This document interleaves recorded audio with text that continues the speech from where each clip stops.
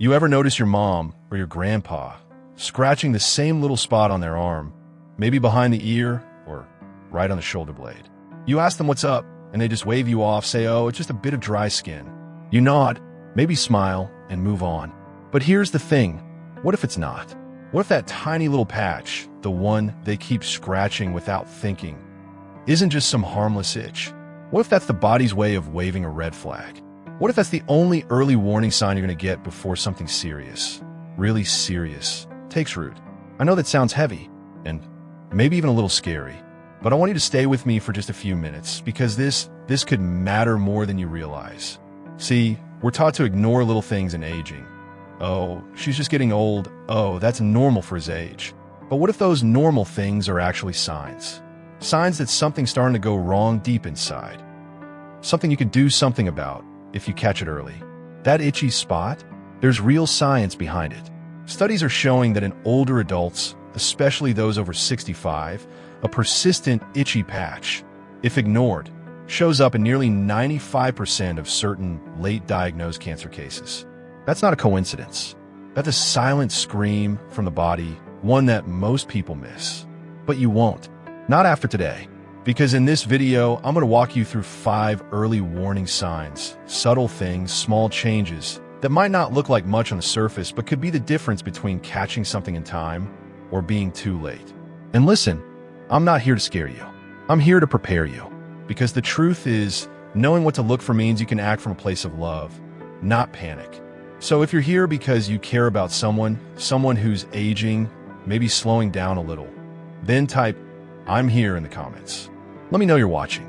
Let me know you're listening. And please, subscribe to Elderly Care so you don't miss a single piece of information that could one day protect the person you love most in this world. All right, let's talk about that first sign.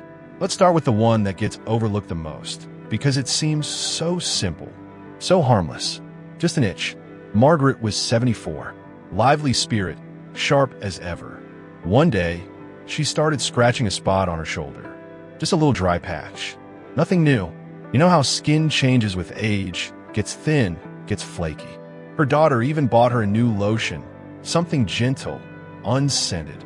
Weeks passed, then months. That just didn't go away. In fact, it got worse. One morning, Margaret noticed a bit of blood on her nightgown. She still didn't think much of it. Must have scratched too hard in my sleep. By the time she went in for a checkup, nearly 6 months later, it wasn't just dry skin. It was basal cell carcinoma, skin cancer, quiet, creeping. And it had been there all along, just beneath the surface. Now listen, as we get older, our skin doesn't work the way it used to. It doesn't shed and regenerate as fast. It thins out. It bruises easier. But when you've got a spot that keeps itching, a spot that stays rough or starts bleeding, or just never heals no matter what lotion or cream you try, that's not normal. That's your body whispering, then shouting that something's wrong. And here's what a lot of families get wrong. They treat it like eczema, like a rash. They go out, buy over-the-counter creams. They wait. They hope. They trust time will fix it. But sometimes, what they're really doing is giving cancer a 6-month head start. If you see a patch that isn't getting better, or one that changes color, shape, texture, or starts to crack or bleed, don't guess. Take a picture. Today, tomorrow, a week from now. And if that photo looks the same, or worse, make an appointment with a dermatologist. It might be nothing. But if it's something, you'll be glad you didn't wait. But the skin isn't the only place where signs show up. Let's move a little deeper into something that's even easier to explain away. Energy. Because when an older loved one starts to seem tired all the time, it's easy to brush off. But that's exactly what makes it so dangerous. Let's talk about something even easier to dismiss: fatigue. James was 78. A quiet man, steady hands, loved his little garden. Every morning, like clockwork, he'd be outside, watering the tomatoes, checking on the roses, even in the cold. That garden was his peace. Then one day, he told his wife, I think I'll skip the garden today. I'm just tired. No big deal. We all have off days, right? But then the next day came, and he skipped it again and again. Soon he wasn't leaving the house. He napped more often, stopped mid-sentence sometimes. He wasn't sick. No fever, no cold, just tired. By the time they went to the doctor, it wasn't age. It wasn't laziness. It was leukemia. His blood was no longer doing its job. He was tired because his body was exhausted on the inside, fighting something no one could see. This is what makes fatigue in older adults so tricky, because it's so easy to explain away. Oh, they're just getting older. They didn't sleep well. They've earned a little rest. And sure, some tiredness is normal. Our bodies slow down. Recovery takes longer. But there's a difference between ordinary tired and that deep, bone-level fatigue that doesn't go away. The kind where your loved one used to enjoy the park and now barely wants to leave the bed. The kind where they say, "I'm tired," but you can see it's more than that. See, fatigue isn't just a feeling. It's a signal. It could mean the heart isn't pumping right. That blood sugar is off. That red blood cells are dropping. Or that something's happening in the bone marrow, in the liver, or deep in the gut that's draining energy without warning. And families, understandably, miss it because we tell ourselves they're just slowing down. But here's the truth. Older people know their bodies. They know what tired feels like. If they say something's different, don't ignore it. That's their body trying to tell you something important. So what can you do? Encourage light movement, gentle stretching, a short walk. Keep meals small and nourishing. But if that fatigue sticks around for more than a couple of weeks, don't settle for a generic checkup. Ask for a full blood panel. Get a baseline. You want to see red and white blood cell counts, liver function, iron levels, and more. Because if something is going wrong inside, you need to know early.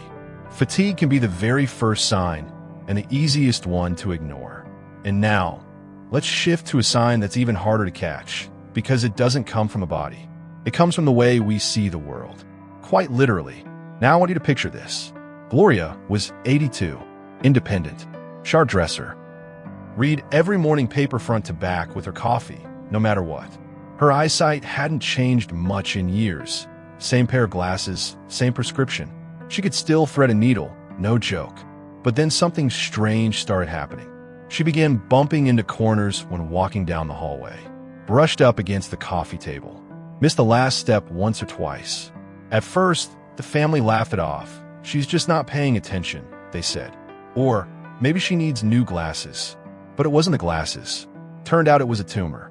Not in the eyes, but in the brain, pressing gently but steadily on the optic nerve.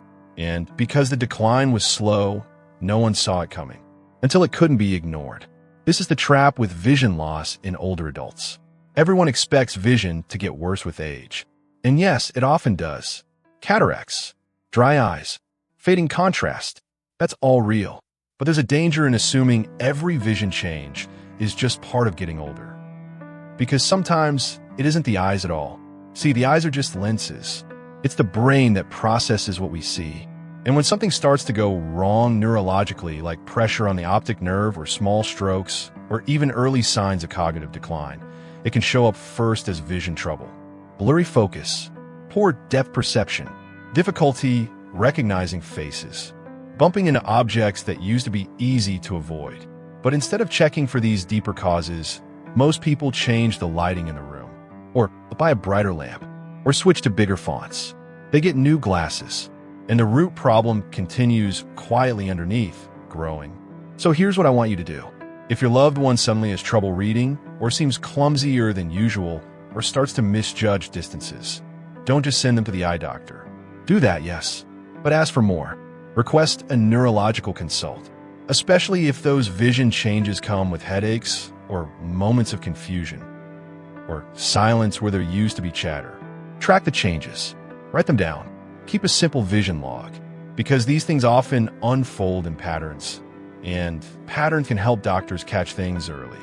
Because it might not be their eyes failing. It might be their brain calling out for help. And now, we go even deeper into a change not in vision, not in strength, but in something even more delicate. Their personality, their behavior, the way they are. And this is often missed until it's far too late. This one's hard, maybe the hardest of all, because it doesn't show up on the skin, or in a blood test, or even through a simple scan. It shows up in who the person is. Daniel was always warm. Soft-spoken, sure, but he had a quiet charm. He'd tell the same corny jokes at every family dinner, always remembered birthdays, and had this peaceful way of making everyone feel seen. Then his wife passed. Everyone expected some grief. Of course they did. He stopped coming to dinner for a while. Stopped calling as much. He was quieter. That seemed understandable. But time passed, and Daniel didn't come back. Not really. He grew distant, irritable. He forgot how to make coffee the way he always had. He stopped laughing at the jokes he used to tell. People said he's just lonely or give him space. But it wasn't just grief. It was something else entirely. He was eventually diagnosed with a degenerative brain disorder. Something subtle at first, but very real, eroding his personality, his mood, his memory. Little by little. Here's the part we don't talk about enough. When a loved one starts acting different, snapping more easily, pulling away, losing interest in what once brought them joy, it's so easy to chalk it up to sadness or old age. But mood changes, especially ones that come on suddenly or intensify over time, can be a sign that something in the brain is shifting. It might be dementia in its early form. It might be Parkinson's-related mood disturbance. It might be tiny strokes, those ones you don't even feel, but that quietly rewire the circuits of personality. Families often miss it because they don't want to believe it. And I get it. It's easier to say, he's just going through a phase, than to consider that something deeper is happening. But here's the truth. You know them. You know how they talk, how they react, how they show up in the world. So when those things start to change, when they stop making their bed, or begin repeating themselves, or grow suspicious or fall silent for no clear reason, write it down. Start a journal. Or even better, use your phone to keep short video clips with their permission. A 5-second clip can tell a doctor more than a full hour of conversation. These changes matter because personality is not just about mood. It's a map, a reflection of what's happening in the brain. And early detection here, it gives you options. It gives you a plan. It gives your loved one the dignity of support. Not when it's too late, but when it can still make a difference. And finally, we reach the last sign. A sign we've learned to accept far too easily, especially in the winter months. One we often praise without realizing what it could really mean. Let's talk about weight loss. Sudden, unexplained, and often ignored. Rosa had always been on the smaller side. Slim, sprightly, never one to eat a whole plate. More of a grazer, as her daughter called her. So when she dropped a few pounds, nobody thought much of it. But then it kept going, week after week. Her pants got looser. Her wedding ring started slipping. Dentures that once fit just fine now felt awkward. Still, everyone just nodded it off. She's just eating less, they said. That happens at her age. 2 months, 12 pounds. By the time they took her in for scans, it was pancreatic cancer. Quiet, aggressive, the kind that hides until it's nearly too late. Sudden weight loss, especially when no one's trying to lose weight, is one of the most urgent signs we overlook in older adults. Now look, I know we live in a culture that often celebrates weight loss.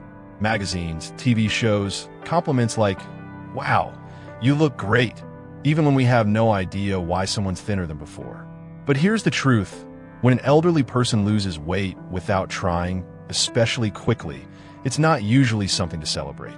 It's a warning, because the body doesn't just shed pounds for no reason. It takes energy to lose weight. That energy has to come from somewhere. And in older adults, it often means the body is working overtime to fight off something.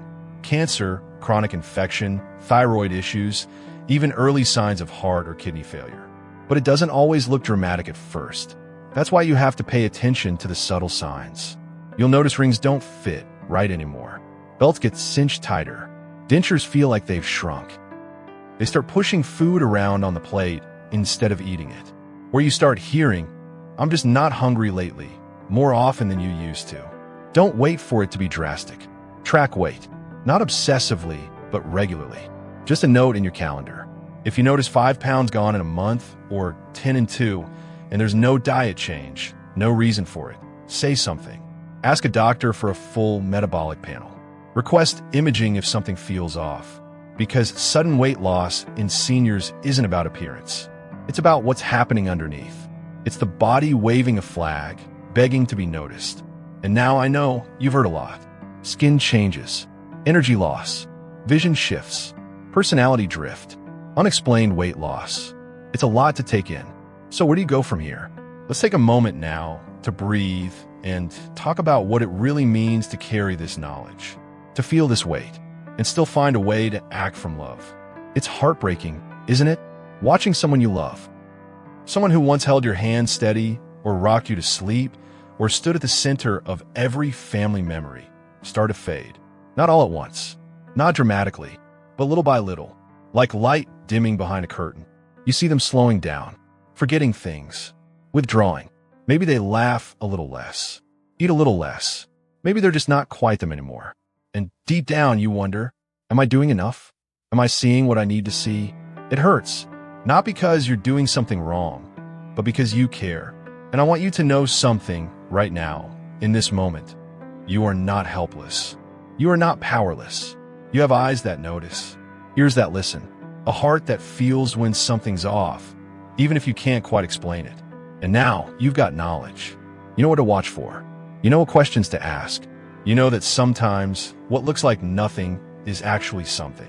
You could be their advocate, not a doctor, not a miracle worker, just someone who sees them, someone who stands in the gap when they're too tired or too quiet or too scared to speak up for themselves. So what do you do next? Just one thing, one small step. Maybe it's a gentle conversation tonight. Hey, I've noticed you've been scratching that spot a lot lately.